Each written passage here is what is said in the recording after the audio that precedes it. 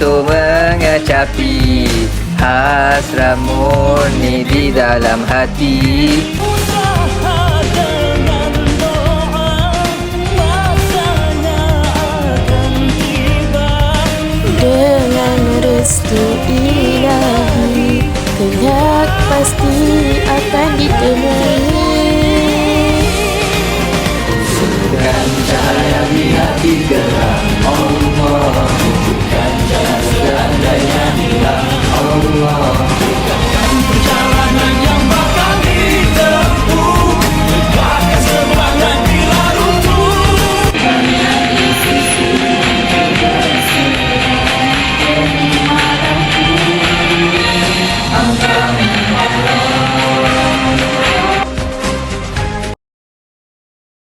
Today we want to learn about DNA replication. Did you know what is DNA replication? What enzyme used in DNA replication? How did DNA replication work? And error correction in DNA replication. Let's focus about DNA replication. DNA replication is the process by which a cell makes an identical copy of its DNA. DNA replication are result of more than 10 protein complexes and enzyme coordination. If DNA replication make mistake, it will have mutation and cancer. DNA replication process requires enzyme for it to occur. There are 6 enzymes used throughout this process. So the first one is topoisomerase enzymes. It relieves the strain while the double-stranded DNA is being unwound by the helicase. The second one is DNA polymerase 1. It removes the RNA primers in the DNA strands and replaces it with DNA nucleotide. And the third one is DNA polymerase 3. It synthesizes new DNA in the 5' to 3' direction. It also does some profiling. In E. coli, the enzymes used for all new DNA synthesis, except for the replacement of the RNA primers. This is because the replacement of the RNA primers is used DNA polymerase 1 enzyme. The fourth enzyme is DNA helicase. It unwinds the DNA double helix. The fifth enzyme is RNA primase. It synthesizes a short RNA chain that is used as the primer for the DNA synthesized by DNA polymerase. And lastly is DNA ligase. It seals the Okazaki fragments together. So today I will be presenting about steps in DNA replication. There are a few things you need to understand about our DNA before I start my explanation.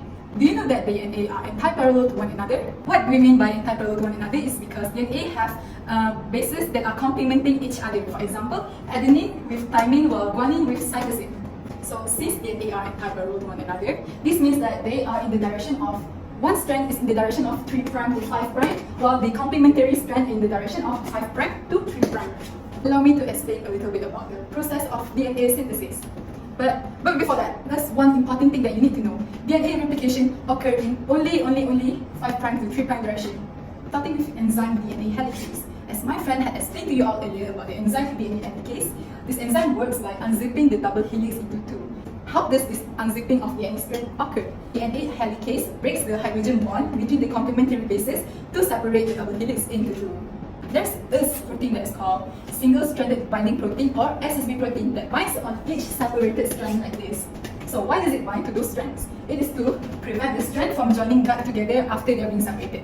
Beginning with bottom strand, RNA primase, which is an enzyme, will add RNA primer onto the bottom strand in the 5' to 3' direction. So why is this strand added in the 5' to 3' direction? If you notice over here, the parent template is already in a 3' to 5', and hence the complementary base needed has to be added in a 5' to 3' direction.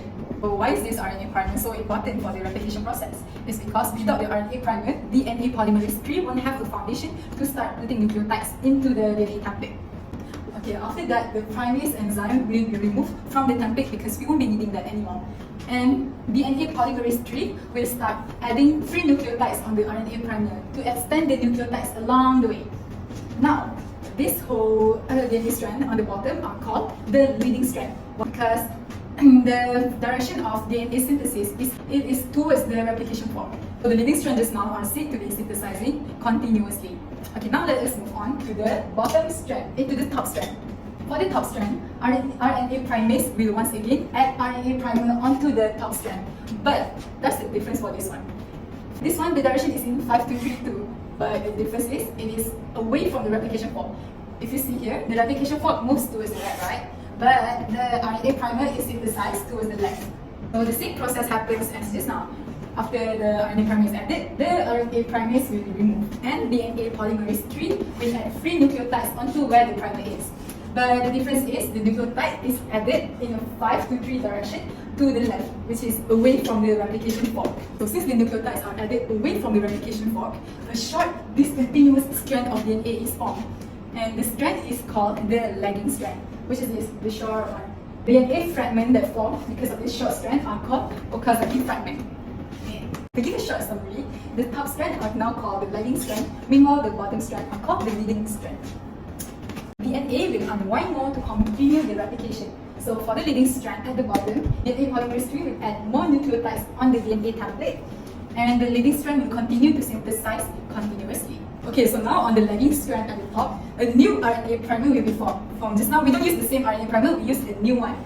Okay, we can see the new RNA primer is formed, but it is formed in the direction away from the replication fork over here. DNA polymerase III will, as usual, start adding nucleotides onto the DNA template to extend it. So this continuous synthesis of short DNA strand is formed, which made another Okazaki fragments onto the top template. Because the leading strand is synthesized continuously and the lagging strand is synthesized discontinuously, this replication model are called semi-discontinuous model. In the end, after the replication process already occurred, the enzyme DNA polymerase I will take action and remove RNA primer from the DNA template. So, for example, this is where the primer is. This is the primer, this is the RNA primer, this is the RNA primer. Enzyme DNA polymerase I will remove the RNA primer from the template. And the next step is DNA ligase will seal all the Okazaki fragment on the lagging strand together. As the conclusion, there will be 2 strands of DNA molecule formed. From the 1 strand of DNA double helix, now they become 2 strands of DNA. And 1 strand is from the parent strand, while the other strand is from daughter strand. Daughter strand is the newly synthesized DNA, and the parent strand is the original DNA template that we used just now for replication process. Hydrogen bond will form between the base pairs, which are the parent strand and the daughter strand. The hydrogen bond, they connect the complementary bases together so that it will become 1 DNA strand. Both these strands are anti-parallel to one another. As you can see here, one strand is in the 5' to 3', and the bottom strand is in the 3' to 5'. And finally, from the 2 DNA molecule strand, each DNA molecule will coil and become a double helix DNA. That's it. What happens if error occurs during DNA replication? Normally, adenine will match with thymine and guanine will match with cytosine. As you can see here, error occurs when thymine match with guanine, which is not its complementary base. This is where DNA polymerase III will take action. DNA polymerase III will proofread and remove the incorrect guanine and replace it with the correct nucleotide, which is adenine. Although errors like this often have no consequence, they can sometimes lead to life-threatening disease such as cancer, which is why this proofreading ability is so important.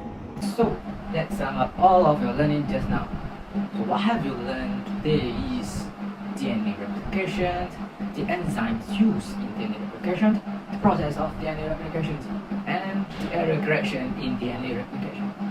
So how do I memorize the enzymes that are a lot in DNA replication technique?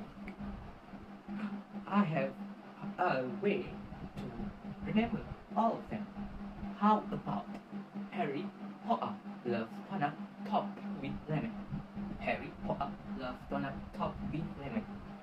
So Harry for helicase, Potter for primase, love for ligase, donut for DNA polymerase I, top for topoisomerase with DNA polymerase III, and lemon for ligase.